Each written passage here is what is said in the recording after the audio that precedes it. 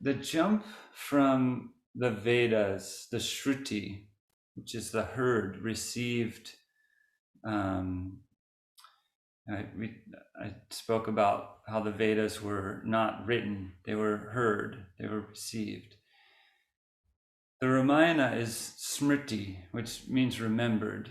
It's called itihasa. It's like what happened.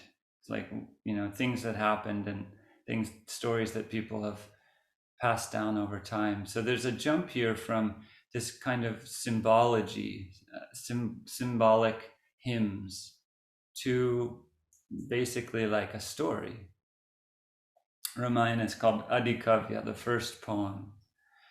And there's some ways in which, this course, this philosophy course, is structured based on chronology, but kind of only roughly so, because it's only possible with the yoga text to do that so much. And the tricky thing about Ramayana in particular is that there's Ramayana proper, the original text. Then there's kind of the Ramayana that had so the full Ramayana, what might be called the full Ramayana, is 7 books, but like half of the first book and all of the 7th book were added later. It's pretty well understood that they were added later. They refer to things that hadn't happened yet. There's anachronisms. The text is a little bit different, and their focus is different. It's kind of more summary and framing the story, providing background, filling in blanks, things like that.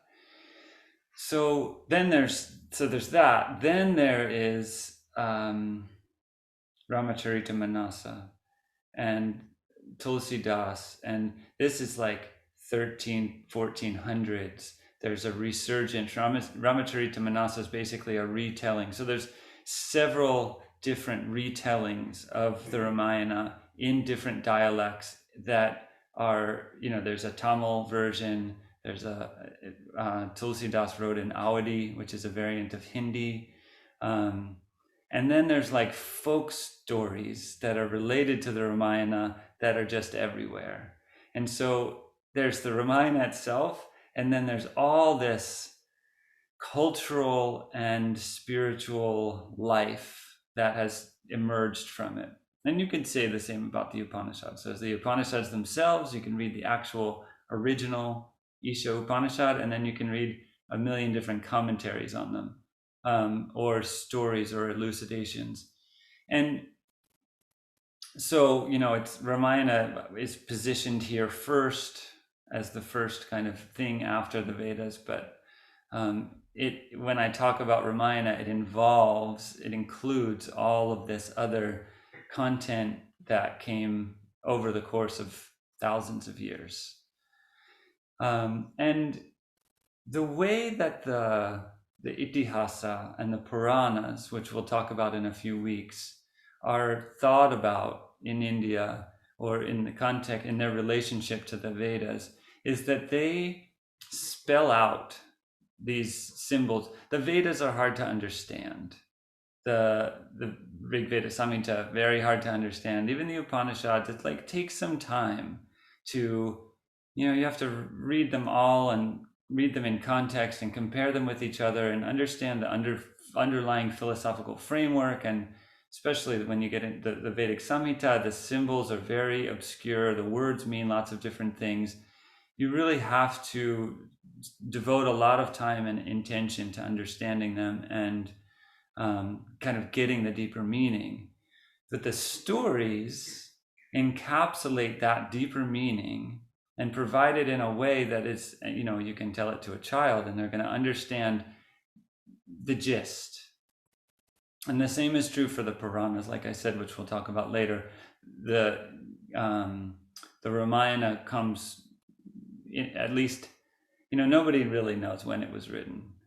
I think I wrote in the article that according to itself, it was written about 800,000 years ago. But chronologically, it comes before the Mahabharata. Ram is considered an earlier incarnation of Vishnu than Krishna.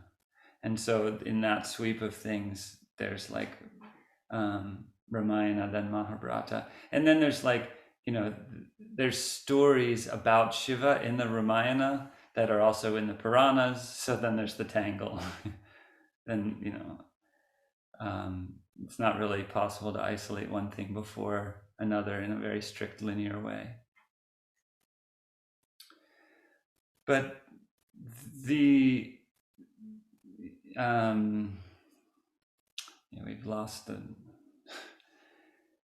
lighting in this room. Is just always no. I think we're just going to go with it as it is. It's very easy from inside. Yeah, that's good enough. So the basic cosmological parts of the Veda that we spoke about, they appear in the Ramayana. And then because the Ramayana, it's a story, it's 24,000 verses. And I think that's just Ramayana proper. That's just like the first 6 books. There's other concepts, pieces added onto it, to that framework. And in the article and today, I'm going to talk about 3 basic additional pieces, and we'll kind of refer back to the Vedic framework as well. But the three pieces are karma and dharma and bhakti. And these are common, understood teachings or things that are taken for granted in the Indian understanding of reality and the way humans relate to the cosmos, to the earth, to each other. And they're not spelled out necessarily in the Upanishads. They may be referred to, but they're not spelled out necessarily. So I'm going to start just with karma.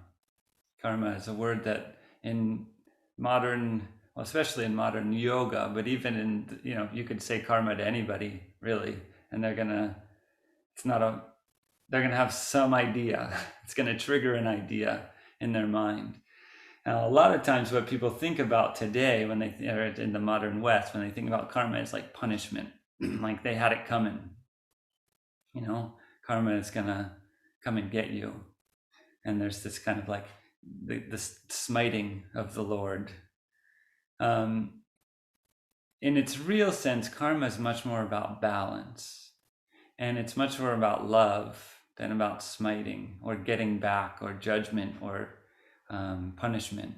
It's about balance. It's about, on an individual level, if I act in a way that demonstrates that I don't know who I am, then the loving universe, the divine beloved, is going to help create circumstances that help me remember who I am. Not conceptually, not like, and as an idea, but as an embodied experience. And so life is going to provide me with an embodied experience that reminds me that I'm not separate from others.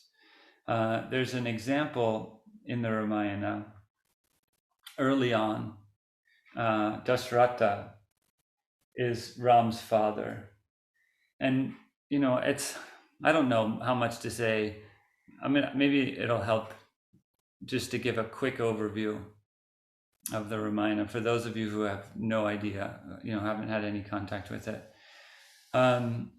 Ram is the son of Dasharatha, and he's the firstborn son, and so Dasharatha wants to make him the king. One of Dasharatha's wives, Kaikeyi, wants her son to be the king, and so Dasharatha owes Kaikeyi a boon. She saved him from a battle one time, and he said, "I'll give you anything you want." She said, "I'll keep that on hold for later." And so she comes, here it is. Here's the time when she wants. So he announces he's going to coronate Ram as the king, and she says, "Actually, no, you're not. You're going to coronate my son, Bharata, as king, and Ram's going to go out into the jungle for 13 years. And so this is kind of the framework of the story. This is the beginning of the story. And Ram's reaction, Kausalya is Ram's mother, and Lakshman is Ram's other brother. Their reaction is like, no, this is not possible. Ram has also by this time become married to Sita. So his wife is Sita. And Ram says, I'm going out into the forest. My father spoke, and I have to follow it. And I'll talk a little bit more about that when we're talking about Dharma. But he goes into the jungle and lives there for 13 years. And at some point towards the end of those 13 years, Sita is kidnapped by a monster named Ravana and kept on an island far away. And so the story of Ram going to find Sita is a lot of the essence of the story. And he travels through the jungles all down through the south of India. He meets Hanuman, who is a monkey person. Hanuman goes and finds where Sita is, tells her that Ram's coming. Eventually, Ram brings an army across the ocean to the island where Ravana has Sita, and there's a big battle with Ravana at the end. So that's basically the story itself. And at the beginning, when Ram leaves, he goes and tells his father that, I have to, you said I have to go. This is your honor. This is your boon. You have to fulfill Kaikeyi's boon. I'm going to go. And nobody wants him to go except Kaikeyi. Even Bharata, the brother who's going to be king, doesn't even know about any of this. He's far away somewhere. So Ram goes, and Dasharatha is just destroyed with grief. He's so sad. And he's with Kausalya, Ram's mother.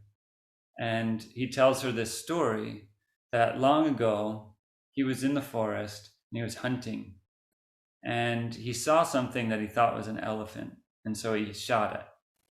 And then he came closer and realized that he had killed a boy. And the boy's name was Shravana.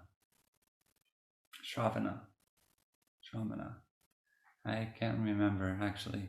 One of those two. So he killed the boy. He finds the boy, and he's like, oh no, what have I done? The boy says, please first take this arrow out of my heart. And second, my parents are blind and they're over there and I was getting water for them. Can you please bring them some water? So Dasharatha gets the water and he brings it to the parents and he has to tell them what happened. And the boy dies right after that. So he has to come and tell the parents that he's killed their son, and they curse him and they say, because you killed our son, you will die because of being separated from your son.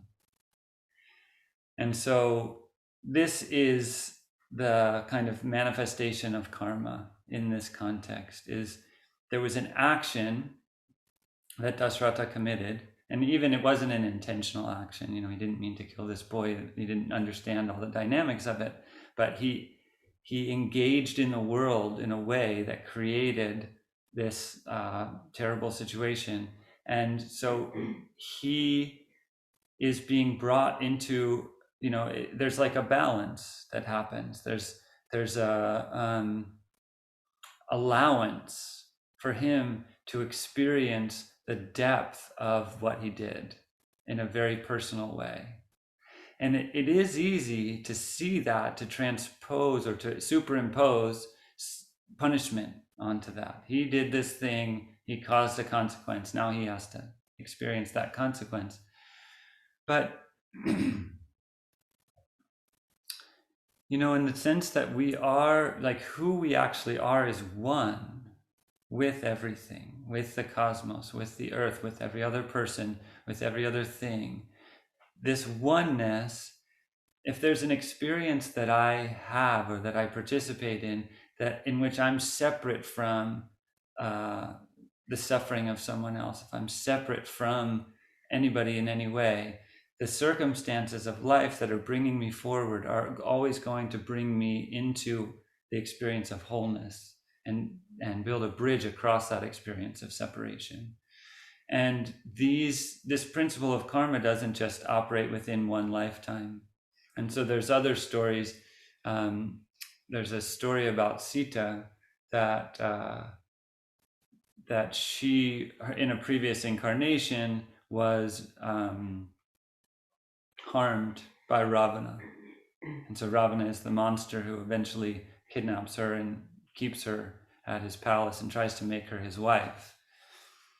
And Vedavati, in a previous lifetime, was harmed by Ravana and says, I'll be back, basically. I'll be back. I'll see you later, before she jumps into the fire. So Ravana also, and Sita also, there's this kind of like, cross lifetime karmas. And as we talk about the Yoga Sutra also teaches this. It's in a more theoretical way. The karma shaya is the place where one's karmas are stored up. So when we're born into this lifetime, we come with vasanas and karmas and kind of seeds, samskaras, seeds that are, under the right circumstances will be watered and nourished and bear fruit. And that's just the milieu in which we're operating. And so that's, again, it's like in the broader kind of understand, like the yoga traditions, this is a piece of an understanding of the way the world operates, that we are carrying past karmas with us all the time, and they're always wanting to bear fruit. They're always, there's this kind of process of the karmas bearing fruit, and all of it bringing us towards wholeness. And so in our own lives, we can think about our life experiences as random and chaotic, or we can think about them not necessarily as like everything is completely predestined and we have no choice, but it's like we're thrown stuff and we decide what to do with it. But, we're in a milieu that is evolving, and that is, things are growing, things are changing, things are coming into our reality, manifesting, and we're responding to that all the time. And then how we respond creates another ripple out, and then there's another flow back, and then we respond, and this is the way we evolve as beings over the course of many lifetimes. There's in yoga the sense of the individual self alive in this lifetime, and there's this kind of spark of soul, just the divine spark that is eternal, harmless, blameless, perfect, pure. And then in between those two, there's this what Sri Aurobindo calls the psychic being, this soul that evolves over the course of lifetimes and that does experience change. There's the kind of base spark, divine spark that does not change ever. And then there's the soul that does grow and change over the course of lifetimes. And we here now in this lifetime are the product of that soul's evolution up to this very point. And collectively, humanity is the product of our collective evolution up to this point.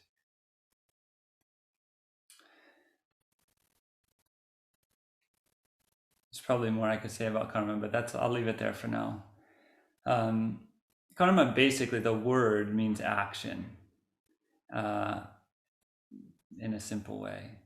So the sense of the karma shaya, the storehouse of karma, the flow of karma from the past into the present and into the future is a principle arranged around that word. Dharma is a word also, it basically means rootedness, steadfastness, and it has this sense of duty. It has this sense of, doing fulfilling one's obligations. But there's also the sense of the uniqueness of it. And in the 10th book of the Rig Veda, it's the first place that we see the idea of the Varnas, the different castes as they've come to be called. And the way Sri Aurobindo talks about it, the castes were basically just proclivities. Certain people are born into a life with certain inclinations. Some people are born with an inclination towards spirituality and learning. Some people are born with an inclination towards being in the army or ruling or politics and that sort of thing. Some people are born with proclivities towards buying and selling in commerce, and some people are born with proclivities towards working with their hands and in the earth. And there's nothing kind of descent oriented. It's not like, if my father was something, then I have to be something too. It's just anybody can be born into anything, and it's just a way of kind of understanding that we're all different, we're all unique, and we have different orientations, and that society could be structured in a way that people's different orientations could be given space to grow and flourish. And again, just like we talked about with the Brahmanas, there was this accretion of religiosity around the original Vedic truth. The Varnas, the caste system, has become very rigid and based on lineage and family, and you don't have any choice about what caste you're in.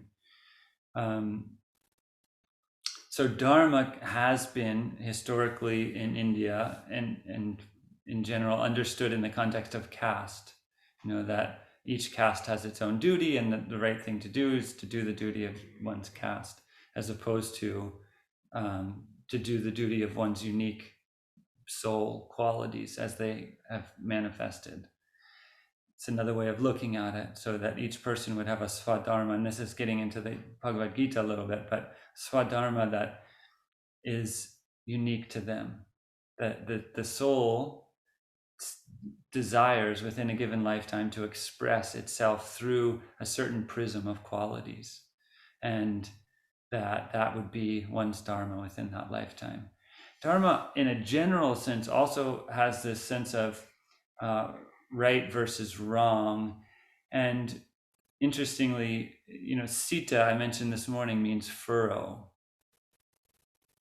So in the Ramayana in particular, there's a sense of agriculture versus the jungle, domesticity versus chaos, and the law of the jungle, an eye for an eye, versus what's best for society. And it's very, very present in the Ramayana itself, this dynamic between Ravana, who's powerful and strong and takes what he wants with force, and Ram and Hanuman and Lakshman, all of them, who go into the forest and live the life of hermits. Bharata as well. While Ram's in the forest and Bharata has been named king, he puts Ram's shoes on the throne and lives in a little shack outside of the outside of the palace. Grows his hair long, doesn't eat very much. He lives the life of a hermit, an ascetic, a yogi. So these are all the protagonists in this story are all about self-restraint, and Ravana is all, and even in the sub-stories, there's a story about two monkeys, Vali and Sugriva, and Sugriva and Hanuman have this same kind of dissonance. Hanuman is kind of the perfect brahmachari, and Sugriva is much more impulsive and wild. So this tension between order, social order, and duty and obligation and self-restraint versus impulsiveness and greed and desire and self-gratification is very much present in the Ramayana. And when we were talking about the Vedas, one of the things we talked about was this concept of sacrifice, the yajna, which is often portrayed as a ceremony, a fire ceremony, but is also symbolically the the sacrifice of the lower self to the higher self, the sacrifice of the immediate desire for or to the fire of aspiration for something that is more powerful, more beautiful, more true.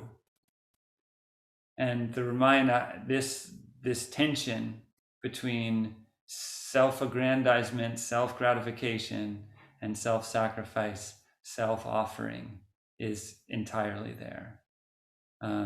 Like I said before, Ram, when he was leaving and deciding to leave, his father, he had heard from his father, I can't remember if he heard from his father directly that he had to go. His father had said he had to fulfill his boon to Kaikeyi, so Ram has to go out into the forest, and his mom is crying and saying, "You can't do this, you can't leave me, this is crazy." His brother, Lakshman, and this is actually before Ram speaks, there's this moment, it's really poignant. Lakshman, Kausalya and Lakshman and Ram. Kausalya is the mother of both Lakshman and Ram. They're all there. And Kausalya is crying, you can't go, you can't go. And Lakshman says, all right, this is what we're going to do. We're going to fight, and we're going to kill anybody who is against us. And this is a battle. And he gives this whole speech about that's what they're going to do. And then he's quiet. And then Ram's like, actually, that's not what we're going to do. We're going to go to the forest because that's what my father said. And I'm physically unable, the word Shakti, I can't do it. I don't have the power to defy my father's word.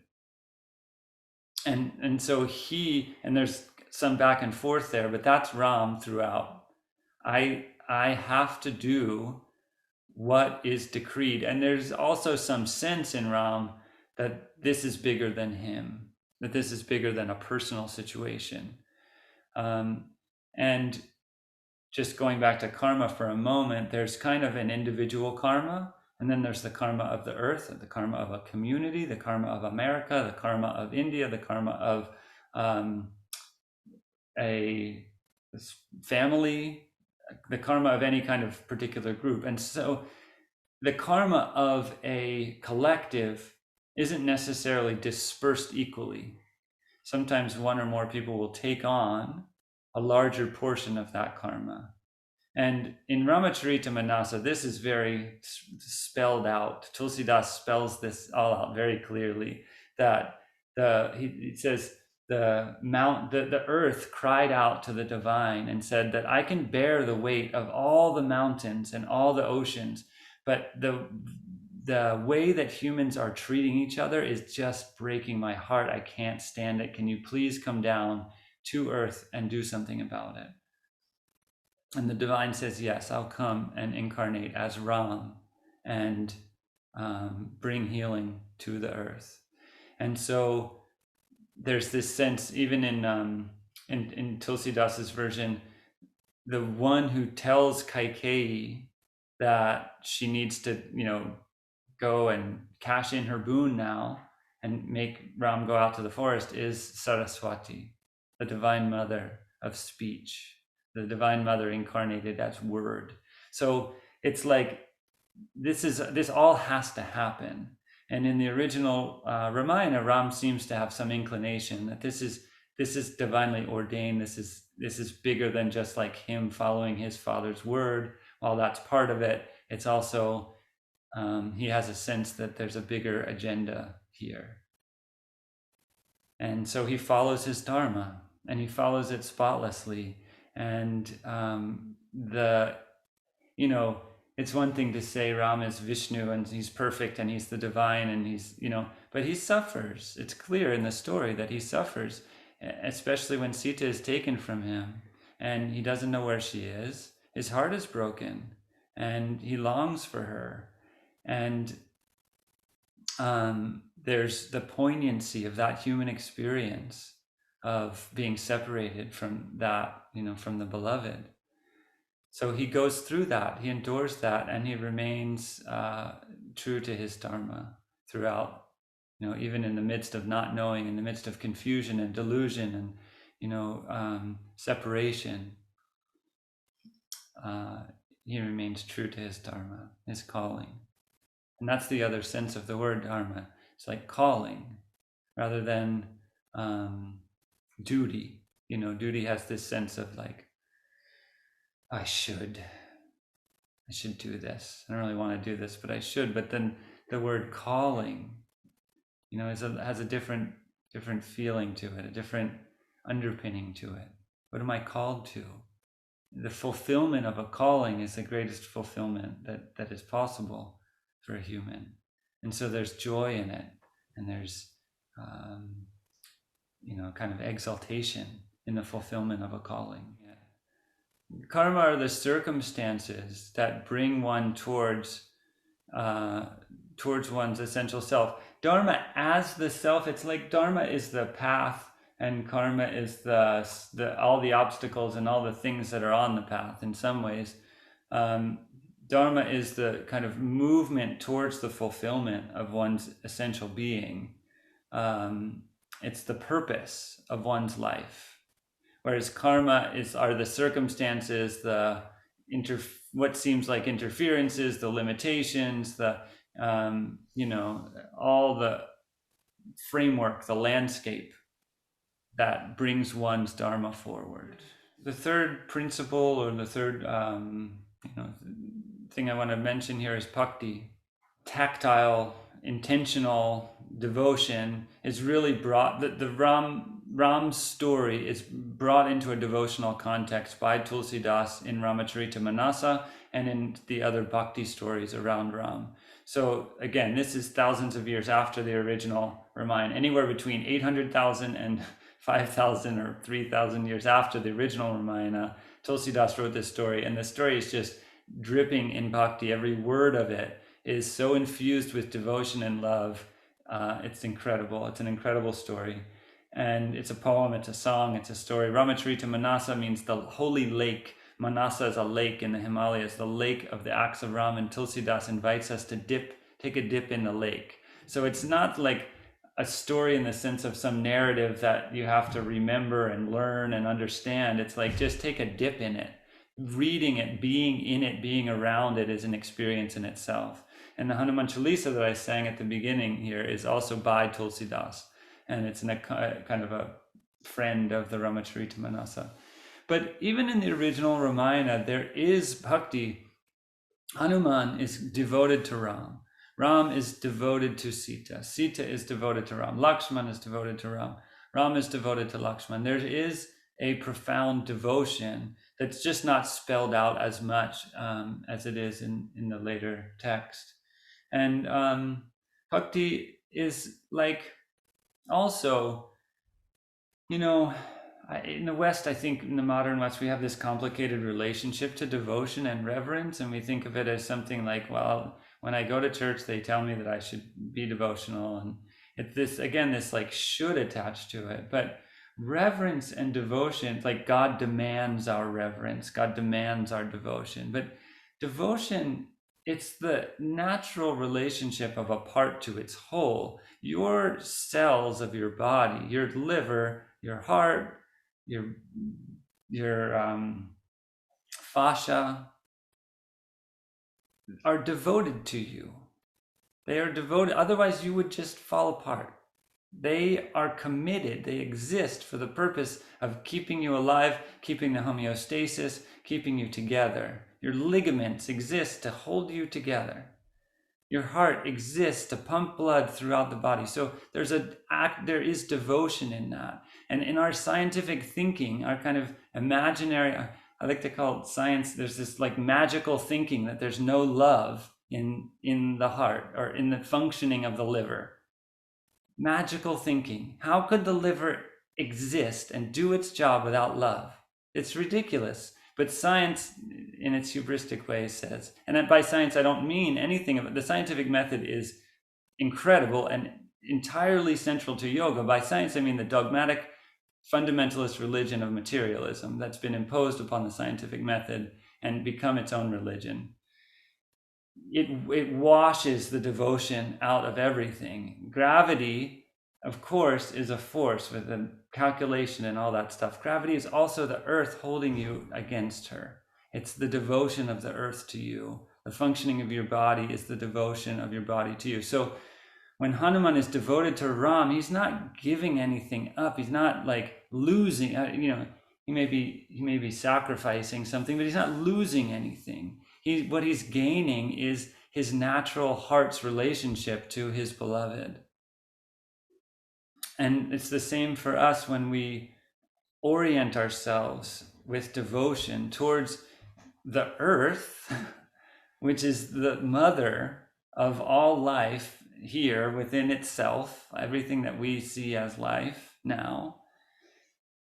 The mother of all that, our mother. Without that, you don't have people just like peopling out in the outer space. We depend upon the earth for everything, our breath, our food, everything. So our devotion to the earth, our reverence for the earth, our bhakti is natural. It's normal. It's part of us. And when we cut ourselves off from that, then we're cutting ourselves off from. That's the unnatural state. The state of outside of bhakti is the unnatural state. The state of bhakti is the natural state.